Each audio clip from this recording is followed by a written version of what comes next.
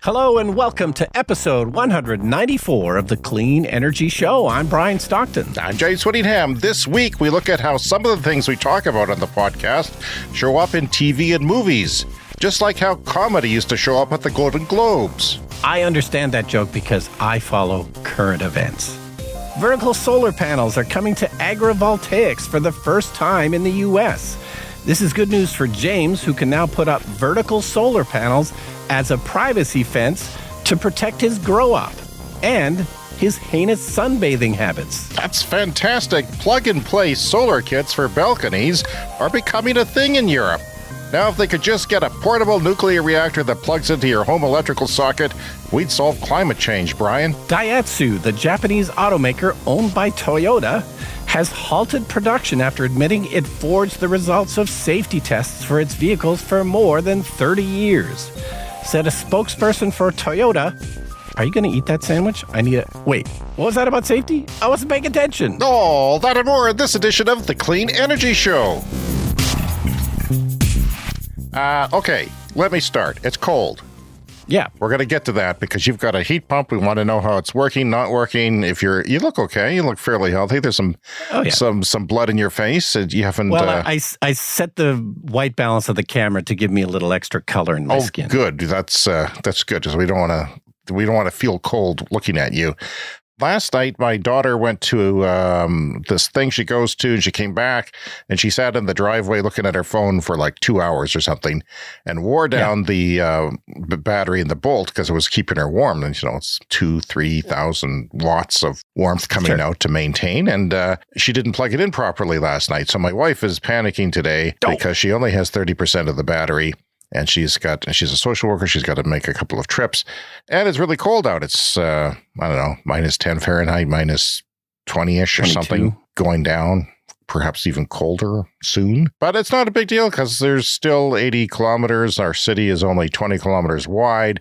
She's going to come home for lunch and put about 25 in at lunch as she charges. Yeah. And it'll be okay. Now, in our old car, with the first generation of Leafs that had small batteries and that are degraded, that wouldn't have worked. But no, it's just the first time we've run into that situation. But because you have so much, battery size, forgetting people, there's a person that my daughter talks to and tries to get to buy cars at school, like one of the grown-ups, one of the teachers or teacher's assistants. And she says, I don't want to do it because I live on a reserve and I don't want to, I forget to plug in my phone all the time. So I can't buy an electric car. Well, they're so big. They're made for the highway these days. Yeah. And we're going to get to what those stats are later. They're getting bigger and longer range. Even if you forget to plug it in and sit in the car for hours draining it down, it's still okay. Yeah, with my 2 electric cars, I've set the max charge rate a lot lower than I have before.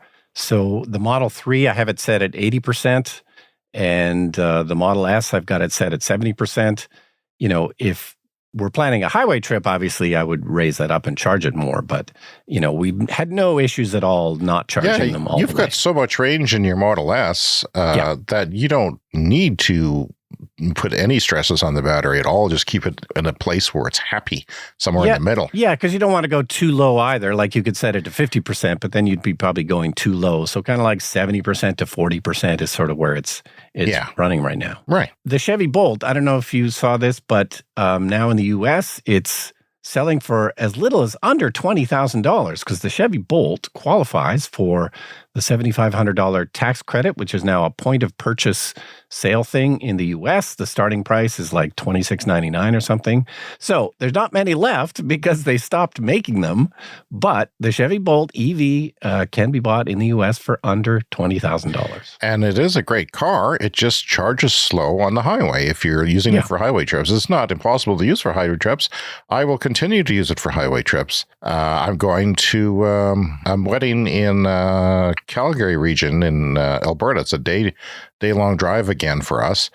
And I noticed that Tesla has their new supercharger. They only had one there for the longest time, which is a big population center of over 1 million people. And now they've got a second supercharger location, and it has the Magic Dock, which means that people who drive non-Teslas right now can go in and use the Tesla app and unlock an adapter that automatically comes out with your charge cable when you do that, and then plug it into your non-Tesla. However, Brian, it's I noticed it's 80 cents a kilowatt hour, which is really pricey. That's high, yeah. So it would be about $36 to go from 10 to 80% in my car, whereas it might be as little as 15 other places, and maybe more commonly in the low 20s. So I used to think that I would seek out Tesla because when I went on road trips, because you would be guaranteed that they would work. You know, you wouldn't have to, like I've gone to smaller cities where you have to, go to 3 locations or something. You don't want to do that when you're in a hurry on a trip and you've got impatient family members. You want to just know that you're going to go there. So I thought I would just pick Tesla, but if they're that much more expensive, I think I would look at other options. And also, I'm a little disappointed because we live in Canada. The Canadian government has put gobs and gobs of money, millions and millions of dollars into charging infrastructure. And yes, it's filled in some holes where we are. For instance, people in Saskatoon, our second largest city here, can go to Calgary now. They never used to be able to do that because they filled in that black area on the map that didn't have anything, which is great for them. But they haven't improved, where there was existing chargers, because I would like more options because they are so crappy with the non-Tesla chargers. They are unreliable. And I would like just to have, another option or two on the highway, just so I don't have to, worry about it as much. Yeah, it's still moving slowly.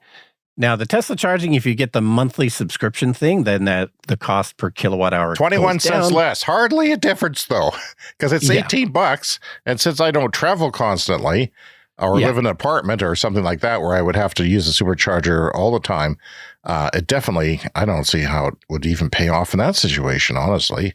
I'd have to crunch the numbers on a napkin, but it seems like pretty pricey. So it's going to discourage a lot of people from using it except in emergencies, I think. Yeah, well, and this could be how Tesla regulates the usage at these superchargers, because the concern for Tesla owners is, well, we don't want the charging stations to be clogged up with everybody. Well, if they keep the prices a little bit high, then obviously that won't happen. Yeah, so I downloaded the Tesla app for Android. I already had an account because I reserved a Cybertruck foolishly and canceled that a year ago. So yeah, it was really easy to use. I could just select the charger in Calgary. It knows I have a non-Tesla, and I could just click on the number of the charger that it is, and it will start and bill me, and I can set up.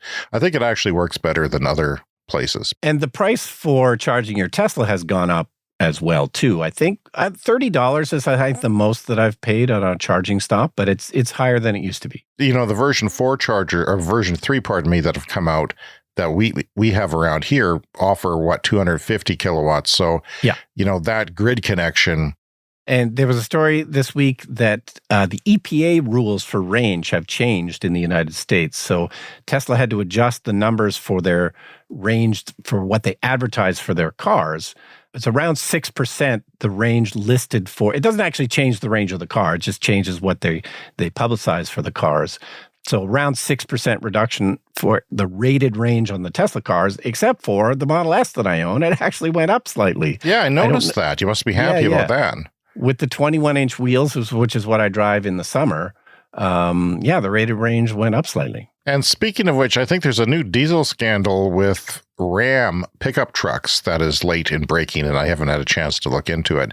But maybe we'll talk about that next week, because they apparently were up to the Volkswagen VW sort of, line about shenanigans. I think shenanigans with their EPA tests. Also, I wanted to mention that the Hyundai Ioniq 5, probably one of the best EVs you can buy for a reasonable price, is like $15,000 off. So I've seen some in the United States, not here. I checked. But I do notice that it does come with a standard heat pump and, battery preconditioning. A lot of cars don't have battery preconditioning for when you want to charge. What it does is it uses some of itself to heat itself so that it can accept a fast charge on the highway. Mike, if you're listening, I'd like to know how your Hyundai Ioniq 5 is supercharging in cold weather. Sure like to hear a report from you. Or anyone else, because I know you're not the only one who listens to our show has a Hyundai Ioniq 5. Let us know. But you're probably the only one who lives in bloody cold weather, because he's a local. I have a couple of cold weather updates. We put in a high efficiency wood burning fireplace, and we don't use it a lot, but it's sort of like, well, if you're going to have a fire, you might as well have a high efficiency, fireplace. And with putting in the heat pump, it's like, well, it's a nice little backup to have so that we don't freeze to death if something goes wrong with the heat pump. So tested that out. It's a little bit different starting a fire in a high efficiency fireplace. There's a couple of tips and tricks you kind of have to learn. You got to leave it burning with the door open for a little while to get it hot enough. And then once it's hot enough, you close the door. So yeah, it's a little bit tricky. It was kind of fun to just sort of test it out. It's supposed to drop to maybe as low as -40 in the next few days. So that's probably when we'll put it on, just to kind of help out the heat pump. The heat pump has been working, sort of. It is a cold weather heat pump. It's supposed to work to -22 Celsius. But it seems to have issues when it hits around -10, -12, where an error message will pop up on the thermostat and it'll stop running the heat pump and just run the backup heater. So the backup heater's been running more than it should. But then when it dropped to -20, it seemed to work better for some reason. I wasn't getting the error message anymore. It was -25 when I woke up this morning, and the heat pump was working. It was putting out heat that was not the resistive backup heater. And since then it started switching back and forth to the resistive heater, back to the heat pump, which is kind of what it's supposed to do in those temperatures. And now I think it's running more on the backup resistive heater, but it was actually putting out heat at -25. My heat pump guy is going to come later this week and sort of check out the error codes and see what he can figure out and hopefully adjust it so it doesn't keep popping up with an error message. So do you notice the difference when the backup resistive heater is on? Is it blowing hotter air? Is it on for shorter times? How do you notice that? Yeah, it runs more like a regular furnace where it blows for a while and then shuts off, blows for a while and shuts off, whereas the heat pump tends to run more continuously. And yeah, I don't know. I haven't fully deciphered all the noises. It definitely makes different noises that I can hear from the living room, and I'm like, wait, what is that noise? I haven't quite figured out the code. Yeah. That's, in a way, that's kind of a nice thing about heat pumps, is because they do run constantly, whether it's really cold or a little bit cold, they'll run at a lower rate. And then you're always blowing sort of an even air when you have an air forced. Yeah. As long as there's a little bit of warm air blowing, it feels warm, even if it's not warm. But it's like when everything shuts off, that's when you start to feel kind of chilly when there's no air coming in. Yeah, it starts to go up, higher up in your feet are cold. By the way, speaking of cold feet, I used my electric socks yesterday, and I was surprised how well they worked, because I had to pick up my kid at high school without heat in the car, and I was surprised because that's the things that get cold. Now, I don't wear boots or anything. I'm wearing runners that aren't even tied up properly, and I wear warm-ish socks, but you laugh at cold weather. I laugh at cold weather because if I didn't before, I do now. The heat, I did find, what was it yesterday in temperature? -22 again, 20 Celsius. I found that I had to use the medium setting on the socks. You look at your app, and you control low, medium, or high. I kind of wish it had more settings. So you control your socks with an app. That's the only way you can, actually.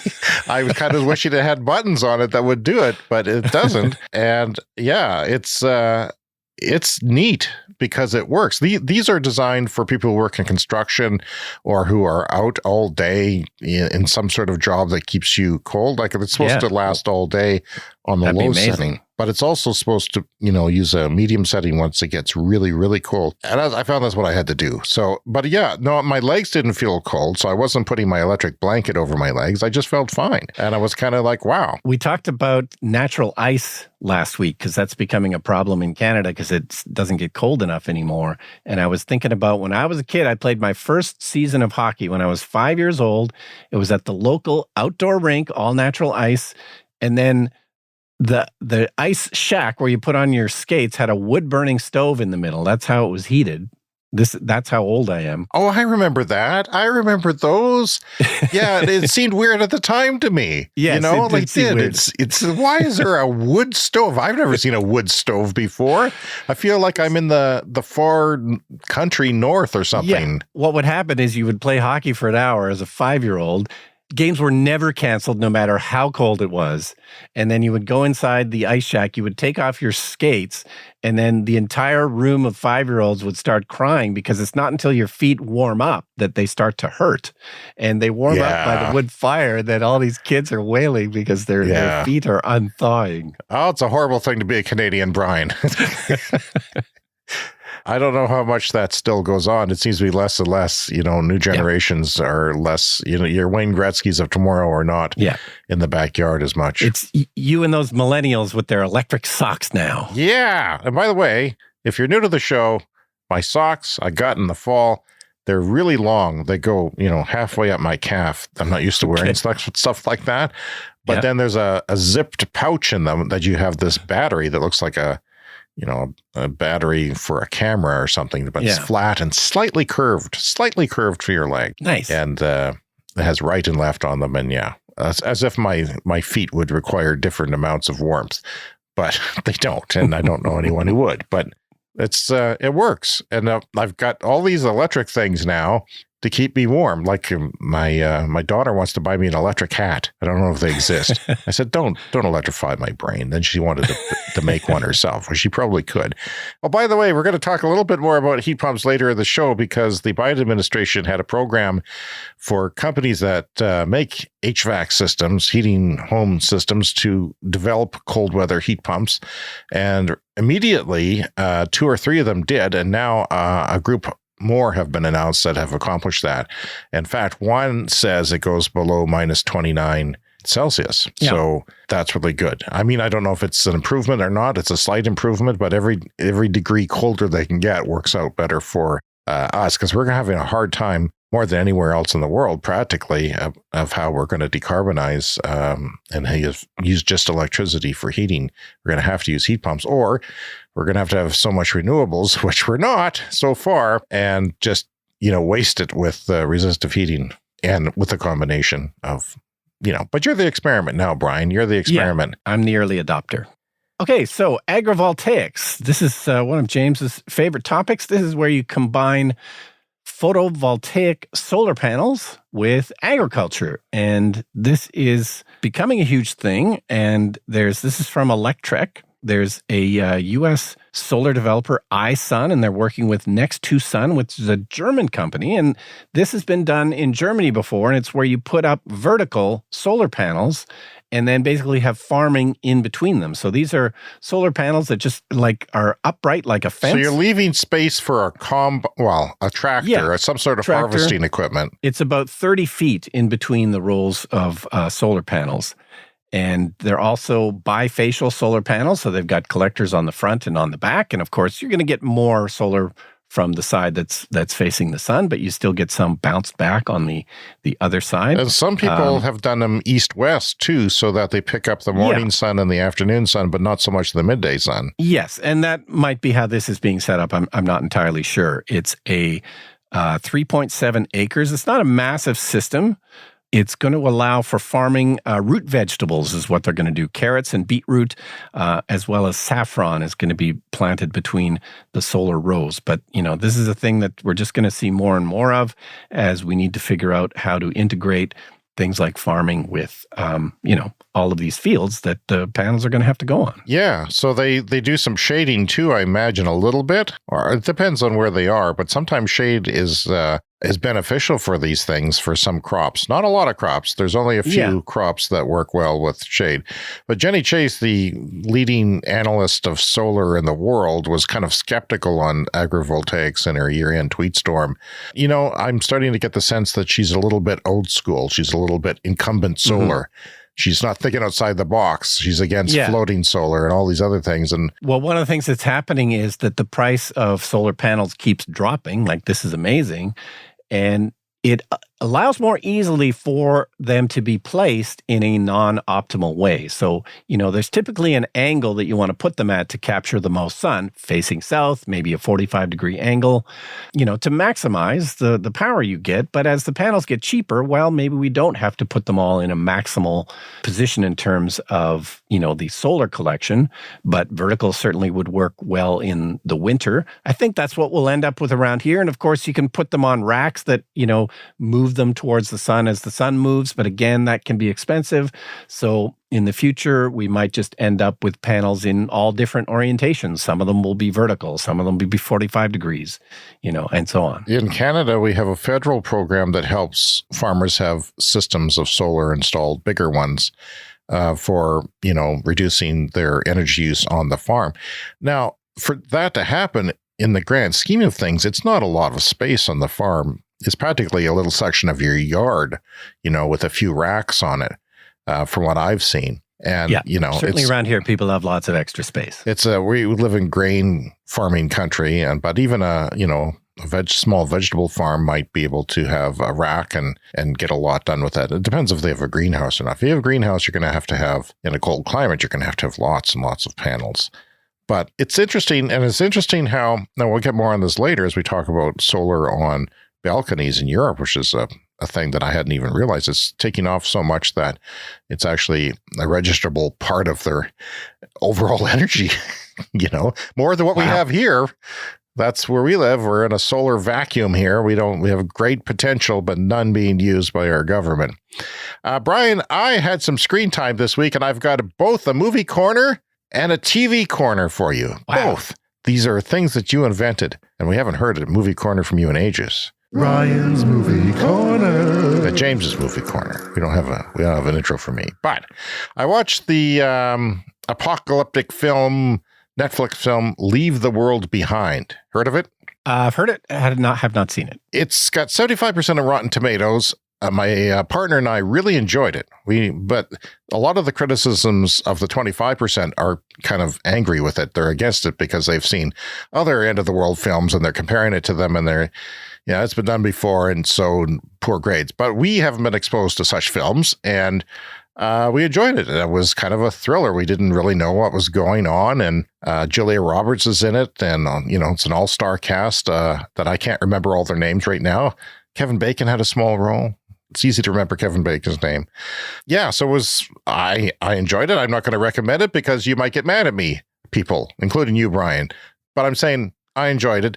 And there was a scene in it, which I didn't enjoy so much, but there's a scene where it becomes evident that something's going on, and it could be hackers from other countries that are trying to make the United States turn in on itself and basically destroy itself, which seems entirely possible now because it's practically doing that. And, so one of the things was that they hacked Teslas. And basically all the Teslas on the lots that were brand new went into self-driving mode and clogged up the freeways, or at least one freeway that this family was trying to deal with. They were cut off from society because this freeway was clogged up with white Teslas, which were all slamming into each other. I don't know if they got approval for that. But the person goes up to these crashed cars and looks and sees that they're all, say, Tesla on the back. And, well, we have a clip. Brian. How about that?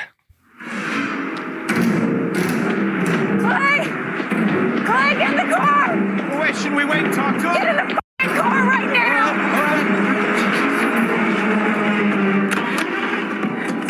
What are you doing? Should we flag them down? Maybe they know something. There's no one in that car!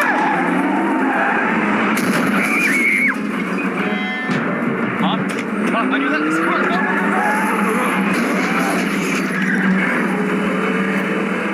Yeah, those are Teslas crashing, Brian. Stuff nightmares are made of for you. I think Musk had a contest to hack a Tesla, and somebody actually did it. They won a Tesla by doing it. So we can't say it's impossible, but that sort of stood out from the tone of the rest of the film for me a little bit. But, I'm sure everyone else thought, oh yeah, of course that's going to happen. I mean, it is technically possible. They're basically robots on wheels that are connected to the internet. There's no, major reason why it wouldn't happen. You'd think once they start leaving dealerships, the staff there might sort of disable them. Yeah, and presumably Tesla has maybe a kill switch or something that they can, activate or something. Let's hope so. I'm not particularly worried about it, but it could happen. Okay. The other one was You Are What You Eat, which is a series on Netflix. Heard of it? No. Okay. It's It's the full title is "You Are What You Eat: A Twin Study" or something like that, where they study twins, which I always find fascinating.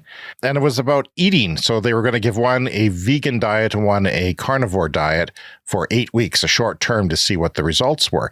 However, and this is why there's controversy about this show, it's actually not about that. It's actually about sustainability and getting off of meat. How you should do it because it's good for you is what the hypothesis was. It wasn't maybe entirely as good for you as they maybe hoped it would be, but it is, good for you. And they had the Impossible Meats guy on throughout the show. They had lots of talk about even electric vehicles occasionally and other things. It was basically made by people like us, with our political views and an outlook on the world. And it was kind of mixed in there. So people on the internet are angry about that they've been duped. But guess who showed up? Tony Seba. Nice. The disruption of food and agriculture is all about technology.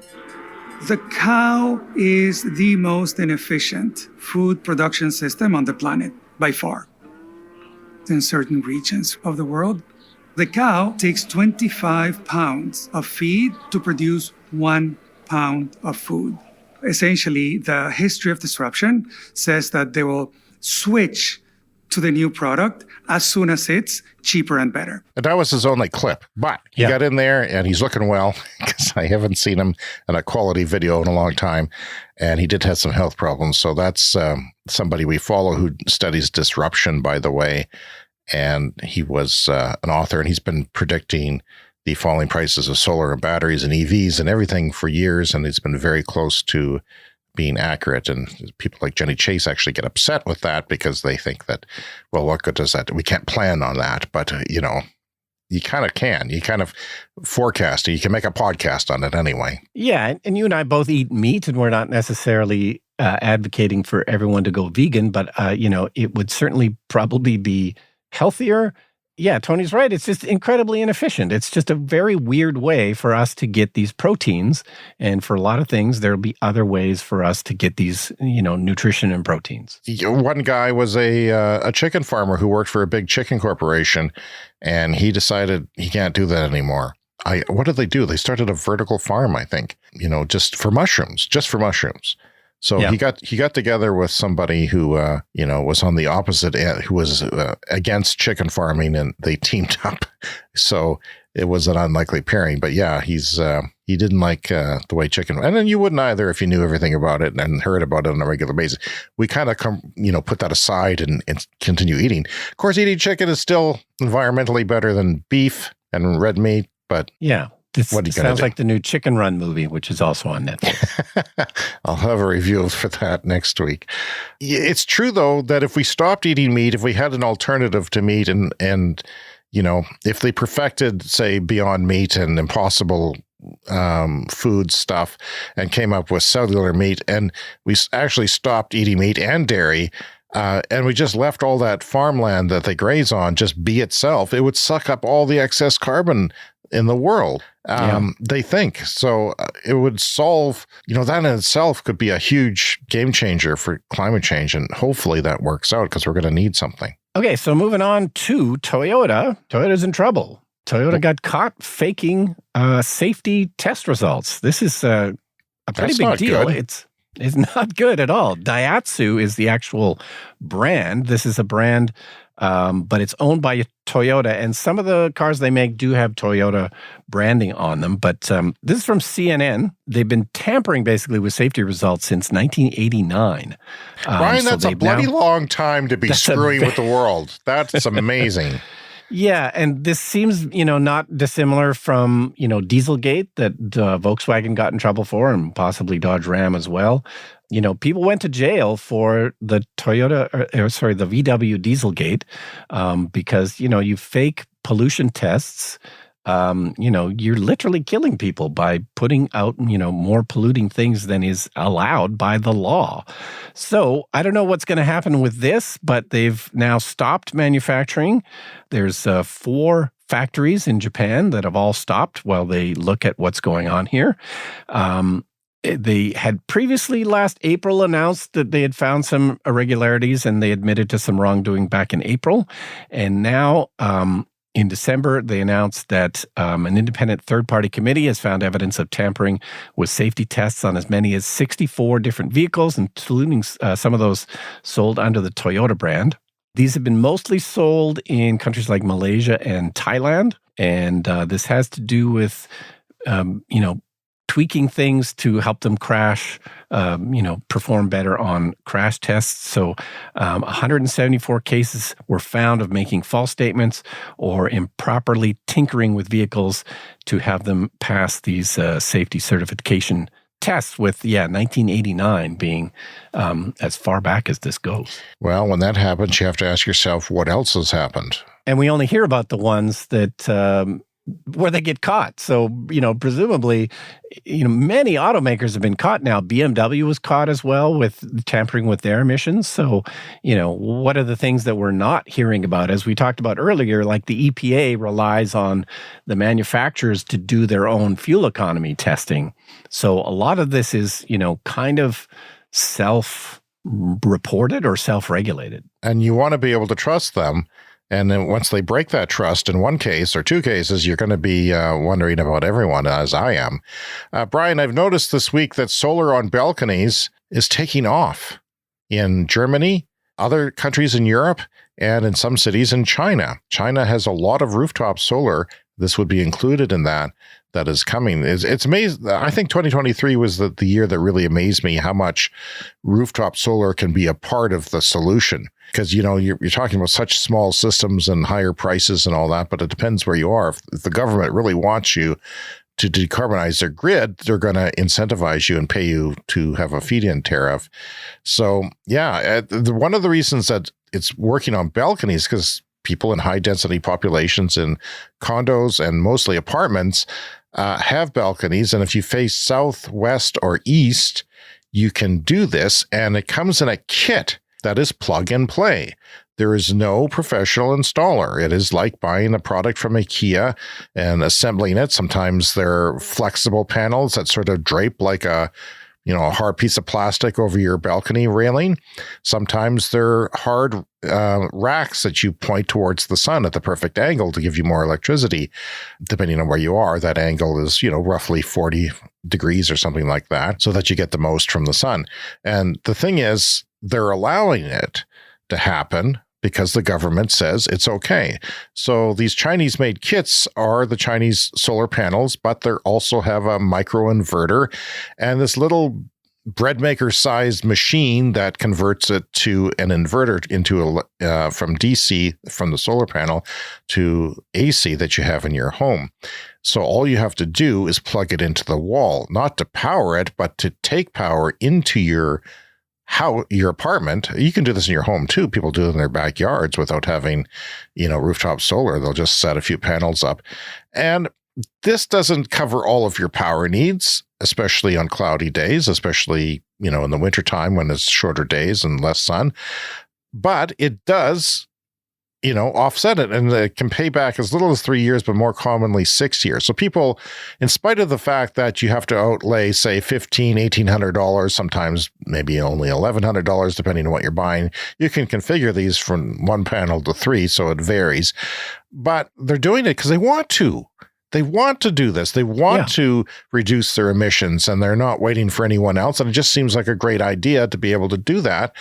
And, the wire, you probably wonder, well, is there not an outlet on the balcony? A lot of balconies here have outlets, power outlets. But if you don't, they have these wires that just go through your window. And you put down your window on these thin, flat wires and squish them down, and the power just goes through that way.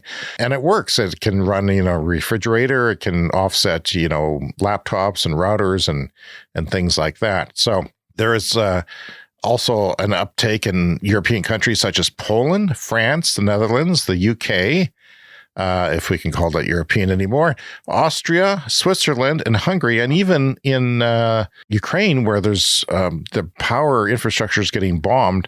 This is what they're doing. So it seems like a great idea. I just don't know if the problem around here is that we wouldn't allow that because it would cut off. You would have to cut off, and you couldn't put power, because you're essentially putting power into the grid.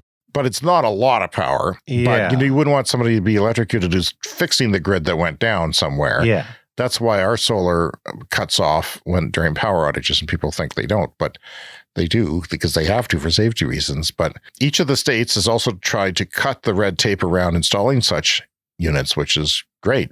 I love when red tape gets cut for solar takes off and we start to decarbonize. Germany plans to simplify the installation of the devices, with advocates saying they could complement the energy transition if enough people install them. Residents can produce solar electricity themselves with 1 to 3 panels, like I said. Most importantly, the devices don't require installation by a tradesperson. And the direct current from the solar module is conducted to a small box where it is converted to usable electricity. The unit can then be simply plugged into the wall. In sun-drenched parts of Africa, the Middle East, Australia, China, Latin America, and the US, a 400-watt panel can generate up to 800 kilowatt hours per year. And it's about half that in Germany, which is less sunny, and Central Europe, which is also less sunny. A 4-person household in Germany consumes on average 4,000 kilowatt hours annually, and a single person uses about 1,500 kilowatt hours in Germany.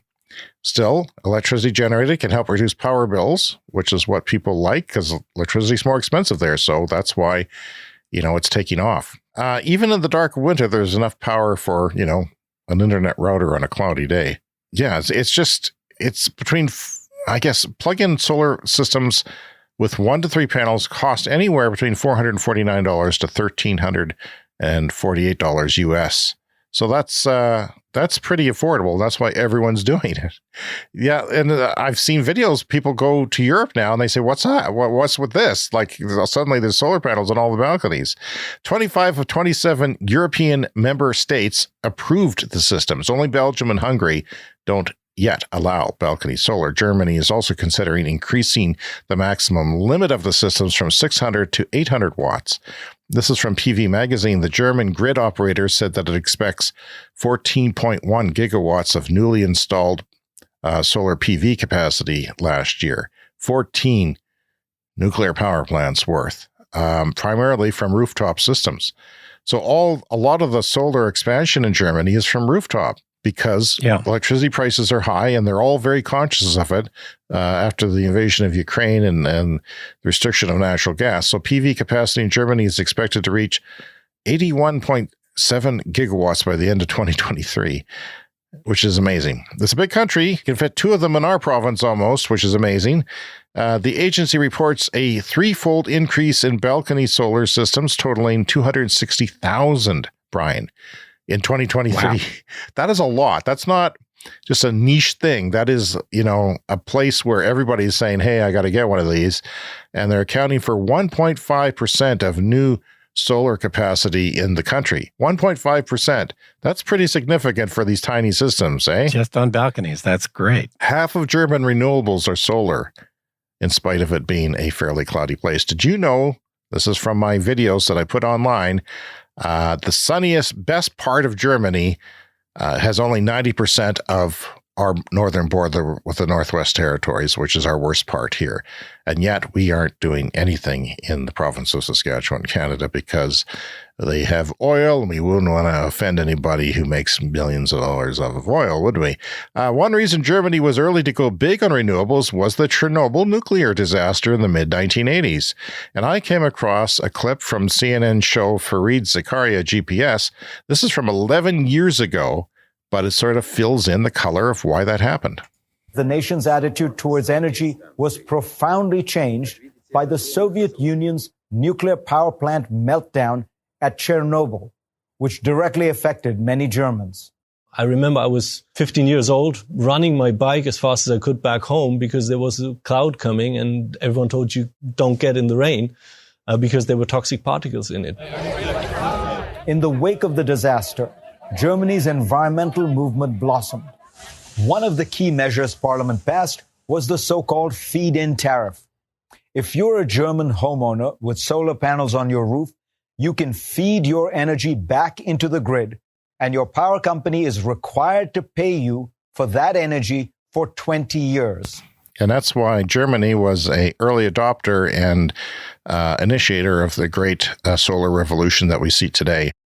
And it happened because of Chernobyl. Now, you and I can say, well, nuclear plants are scary, but if you're a kid running home beating a toxic cloud of radiation, it might have a different impact on you. And it certainly does in Germany. They have a very negative view of nuclear for that reason. Yeah, no, there's no nuclear anywhere near us, but I remember driving past the nuclear power plants outside of Toronto and being kind of surprised. It's like, holy, wow, there's a very Simpsons-like nuclear power plant there. Right there with the population. They give me anxiety when I drive by one. But, they're right in Greater Toronto, aren't they? That's a city of, an urban metropolitan population of about 7 million or so, isn't it? Yeah, well, Pickering, I think, which is a little farther out. Oh, okay. Yeah. But basically, it's like, parts of New York State. It's just one continuous, population. And yeah. And it seems scary, but hopefully things work out well for them, Brian. Okay, so moving on to New Zealand. I feel like we never talk about New Zealand. Why is that, James? It's because we both want to move there and live our lives out there, and we just don't want to offend anyone. Well, in the meantime, I would like to at least visit. I'm really hoping that I can visit New Zealand in my retirement. So hello to our listeners in New Zealand, if there are any. New Zealand reaches 50% electric vehicle penetration in December of 2023. That's incredible, New Zealand. No wonder I want to move there. Yeah. Wow. No, this is great. So there were some recent tweaks and changes to rules and regulations and taxes and stuff. So some gas cars got a little bit more expensive. Some electric cars got a little bit cheaper. So unfortunately, the 50% does include plug-in hybrids. You need the plug-in hybrids to get up to that 50% figure. But fully battery electric vehicles were 39% of new car sales in New Zealand in December. And then plug-in hybrids took another 12%. So that gives you above 50% for plug-in vehicles. And then regular non-plug-in hybrids were another 31% of the market share. So just fuel-efficient gas vehicles, another 31%. So, you're up over 80% of, very fuel-efficient vehicles in New Zealand. But the other reason I wanted to talk about this was that they published here, this is from Clean Technica, the 10 top-selling battery electric vehicles in New Zealand in December. And I just thought it was an interesting mix of vehicles that we don't get here. The number one, the best-selling battery electric vehicle was the MG4, which is a vehicle I've never even heard of. What is it? We need to know, Brian. Is it small? Is it big? Is it medium? Yeah, it's a small, hatchback kind of thing, but it's the MG brand, which is a British brand, but it is, of course, owned by a Chinese company. So these are made in China under the MG brand. So that was number one, the MG4. The BYD Atto 3 was number two. So clearly they get a bunch of Chinese vehicles in New Zealand, which we don't get over here in North America. So it's a mixture of Chinese, American, and South Korean vehicles on this top 10. So Tesla at number 3 and 4 with the Model Y and the Model 3. Then it's the BYD Dolphin, the Hyundai Kona, the BYD Seal, then the Kia EV6, and then Great Wall Motors Aura, another Chinese company, and then the Ford Mustang Mach-E rounding out the top 10. So yeah, I just thought that was interesting just because of their place in the world. They're getting a different mix of electric vehicles than I would have expected. Australia had a hard time getting any electric vehicles for the longest time. Then China said, hey, hello. Yeah. We're here. And now things are changing. But even Tesla was relatively late to get to Australia. I noticed the Tesla Model Y is probably made in China too, as it is here. Outside of the United States, I think they're all made in China or perhaps Germany. Are they making Ys in Germany? I can't remember. Yes, it's the Y in Germany, yeah. Okay, so who knows? Maybe it comes from Germany, but basically a lot of the markets that aren't where the factory is, the Model Ys are coming from China because it's cheaper. So you notice that the incumbent car companies, if you don't include Kia and Hyundai who are in there, the American ones at least, they're not there. VW, they make a lot of the electric cars. The ID4 is one of the top selling electric cars in the world. It's not on the list. It's not there at all. So this is, if you don't build it, the Chinese will come. You know, you have to watch out, because it doesn't matter to us, but you know, if you're an incumbent automaker, you better get your crap together, because they're going to fill in the demand that people want. And, you know, there's a horrible story in Bloomberg about EV adoption the other day, and it was depressing. It kept me up at night. And they did mention that the politicization and disinformation is having an effect on people, according to some of the CEOs who probably pay money for studies on, you know, consumer sentiment, so they might have information that we don't have. So yeah, that's just a nasty business. I hope that there might be a lag here overall, but we'll get there. I see some Ford Escape is on number 3 plug-in hybrid, so that's good for them, and Jeep Compass and Mazda, Chinese company, the CX-60. Okay, I guess that's a plug-in hybrid. It's interesting though. The Kia Niro you know, that's it's just no high-end Ioniq 5. You know, I don't know why they keep making them. I wish they would, because they're almost as expensive as the high-end Ioniq 5. So I don't know how that works out, but I'd like to see some more of the fast-charging cars like the EV6 and so on, and the Ioniq 5. From Electric, 4 more heat pump manufacturers have successfully developed cold climate prototypes as part of the Department of Energy's Residential Cold Climate Heat Pump Challenge, which Biden said, hey, here's a few $1,000,000 if you can come up with a better heat pump in cold weather. Yeah. And to my surprise, we talked about this on the show, I think a couple of years ago, is they did it right away, like in 4 or 5 months. Boom. Here you go. Where's our millions? And to take part in the challenge, manufacturers' heat pumps must deliver 100% heating capacity without the use of auxiliary heat, with significantly higher efficiencies at -5 Fahrenheit or -15 Celsius, and ideally operate at -15 Fahrenheit or -26 Celsius, which we are going to play with here where Brian and I live later in the week. Among other specifications, in December 2022, Johnson Controls, now officially part of the challenge, announced that it had developed an air source heat pump prototype that can operate in temperatures below -20 Fahrenheit or -29 Celsius as part of their challenge. In addition to Johnson, Bosch, Daikin, and Medea will join previously announced partners Lennox International, Carrier, Train Technologies, and Rheem. I have a Rheem furnace, been working reliably, have successfully passed the lab testing stage and will now move on to the field testing phase of the challenge. More than 23 prototypes will be installed and monitored in various cold climate locations throughout the United States and Canada over the next year. And I just want to say, if you're out there, heat pump manufacturers, I'd be happy to be part of this test. If you want to install one in my house, I'd be happy to, because I know I live in a cold place and we can see if that sucker works or not. Yeah, and mine is rated down to -22 Celsius. It was working at -25. There are some that I've heard rated down to -25, -30 even, so they even exist already. But, you know, we got to get moving on this. And those are probably manufacturers more in Europe than in North America. So Biden is hopefully jumpstarting. The problem is that there's not a lot of people who live there. It's us. It's our whole world, because we have to deal with this crap. Yeah. But, you know, there's probably not a lot of motivation to do that. Yeah. And that's why decarbonizing us, the coldest populated places of the world, is going to be hard. Yeah. It's a much smaller market. Everybody along the coasts doesn't have to worry about those ultra low temperatures because the ocean warms things up, but not around here. Brian, I have a new intro for when we talk about climate law. If this was a death penalty state, you'd be getting the chair.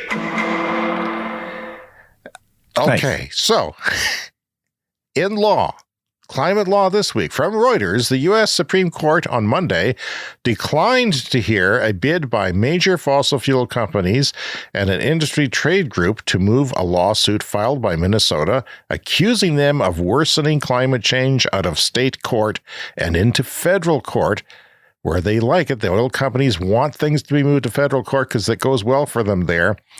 It's their favorite venue. Well, ExxonMobil, Koch Industries? Coke, I think, yep. The evil Koch Industries and the American Petroleum Institute, also evil, had asked, it's all evil.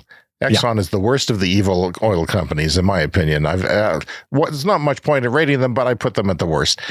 Koch Industries and the American Petroleum Institute had asked the justices to review a March decision by the St. Louis-based 8th District Court of Appeals, and that court found that Minnesota's lawsuit accusing the energy industry of engaging in decades of deceptive marketing to undermine climate science and the public's understanding of the dangers of burning fossil fuels belonged in state court, not in federal court, where it was originally filed. So they lost that, and now hopefully they go down in flames. That's Literally. my hope. Lots more lawsuits happening. It's going to be a year of lawsuits. I can't wait to cover them because, it's time. It's time. And it's time for the lightning round. The lightning round is a fast-paced look at the latest headlines in climate, clean energy, and transportation. From Reuters, China's state planner has issued new rules on strengthening the integration of new energy vehicles with the electricity grid. The notice calls for the creation of initial technical standards governing new electric vehicle integration into the grid by next freaking year. They're moving fast, Brian. Nice. You got to keep up with China. Solutions are being sought by governments and other stakeholders to prevent power networks from being overwhelmed, and this is one way they're going to do it. They're going to say, hey, let's get those electric vehicles backing up the grid.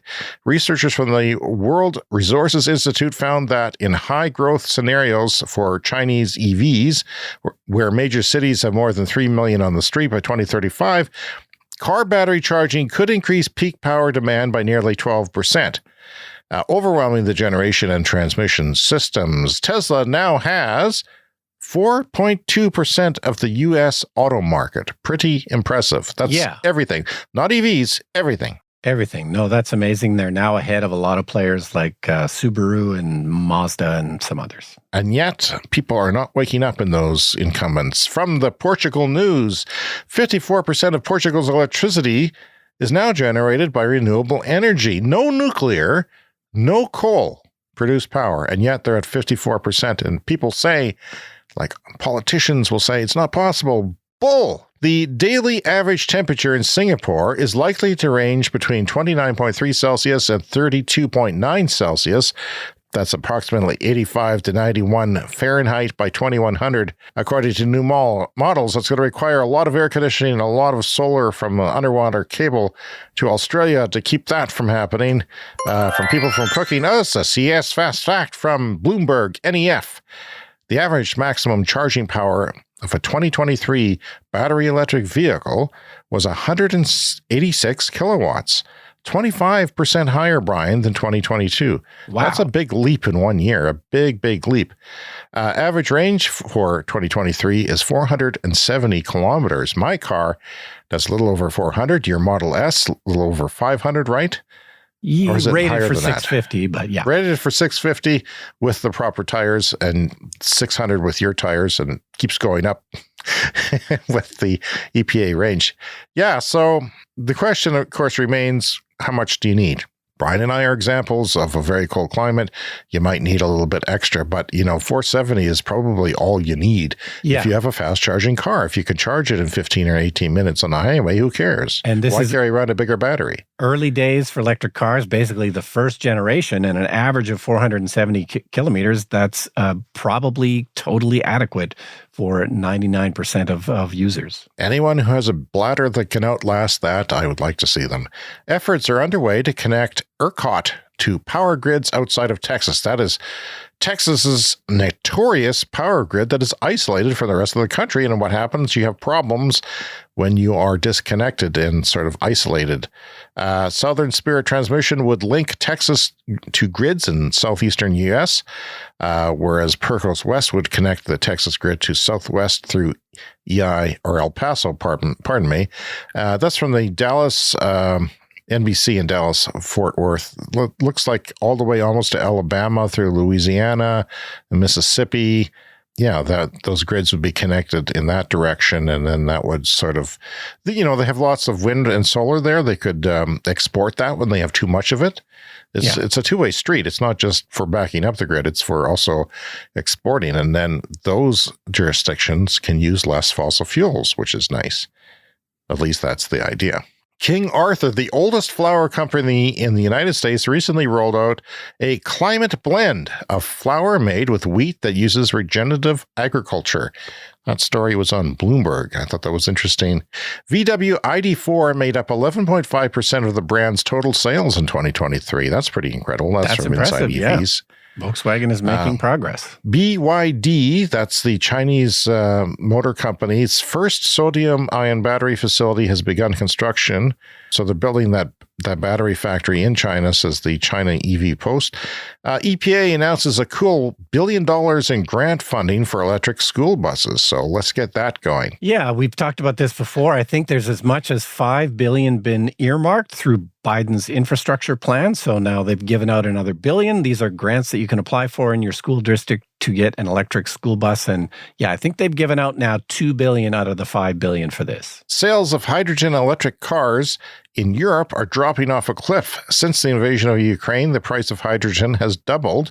In Denmark, all public refueling stations have been shut down due to lack of demand.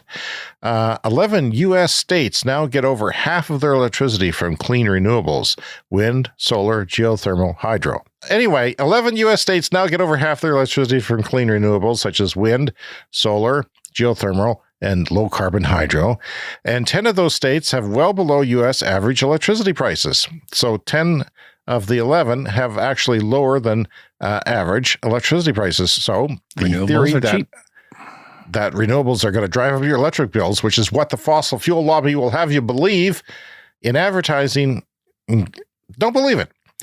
SmartEnergy.com. This is from multi-day energy storage system that is going to be installed in California. Why is it, significant? It's not just a several-hour storage. It's a multi-day, 100 hours. This is the first time we've heard of this that on the show so far.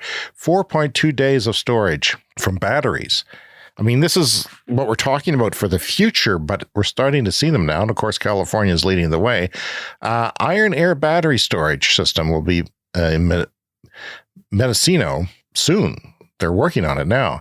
100-hour, 4.2 days of storage. Amazing. And that's going to help. People say you can't store solar for more than an hour. That's what the Premier of Alberta said the other day. 4.2 days, you dummy. 4.2 days. And we're just getting started. Elon Musk's drug use has worried executives and board members at businesses he runs, the Wall Street Journal has reported, citing unidentified people familiar with the billionaire and the companies. Musk has used LSD, cocaine, ecstasy, and psychedelic mushrooms, often at private parties, the journal said, citing unnamed witnesses and others with knowledge of the matter. People close to the Tesla Inc. and SpaceX chief executive officer told the newspaper his drug use is ongoing, and in particular, he's consuming ketamine. And Musk has said in August that he has a prescription to use the drug as an antidepressant. Well, it's not working, buddy, according to your tweets. And finally this week from the journal Science, regulations imposed in 2020 by the United Nations International Maritime Organization have cut ships' sulfur pollution by more than 80% and have improved air quality worldwide. However, that sounds like a good thing that we would have on the show. But, Brian, the reduction has also lessened the effect of sulfate particles in seeding and brightening the distinctive low-lying reflective clouds that follow in the wake of these ships on the ocean and help cool the planet. Oh, no. These are called ship tracks. By dramatically reducing the number of ship tracks, the planet has warmed up faster, several new studies have found. That trend is magnified in the Atlantic, where maritime traffic is particularly dense. In the shipping corridors, the increased light represents a 50% boost in the warming effect of human carbon emissions. It's as if the world suddenly lost the cooling effect from a fairly large volcanic eruption, they say. The natural experiment created by the IMO, a rare opportunity for climate scientists to study a geoengineering scheme in action, because it is one that is working in the wrong direction in reverse, but it is a way to study the idea of geoengineering, which I'm not a fan of because it scares me, but it's what some people think we might have to do. Yeah, it's a surprising story. It reminds me of the days when we started switching to energy-efficient light bulbs. You kind of had to take into account that there would be then less heating in certain buildings during the winter, and it was something that people were sort of concerned about at the time, that, if you're in an office building and there's lots of computers running and light bulbs running, that, it's wasteful, like the light bulbs are not efficient, but you end up using that heat. And it's similar to that kind of idea. Yeah, okay, and that is it for our show this week. Please take the time to contact us if you wish at cleanenergyshow@gmail.com. And around social media, we are known as Clean Energy Pod. I'd also like to thank everyone who donated. We had more donations come in this week, Brian. Very generous of you. And not only does it help financially to the show, but it gives us a big moral boost as well. Thank you for liking the show enough to kick in a few bucks. We appreciate that. You can find the link in your show notes. And remember, we have that YouTube channel if you'd like to see some of our extra clips on there. Sometimes I do commentaries that we've mentioned on the show in the last few weeks. We're also on TikTok. Have a look at the Clean Energy store for merchandise. The link also in your show notes. As we always say when we end the show, if you're new, remember to subscribe on your favorite podcast app so you can get all of our episodes delivered every week as they are released, because we are here every week. And we'll see you in 1 week. See you next week.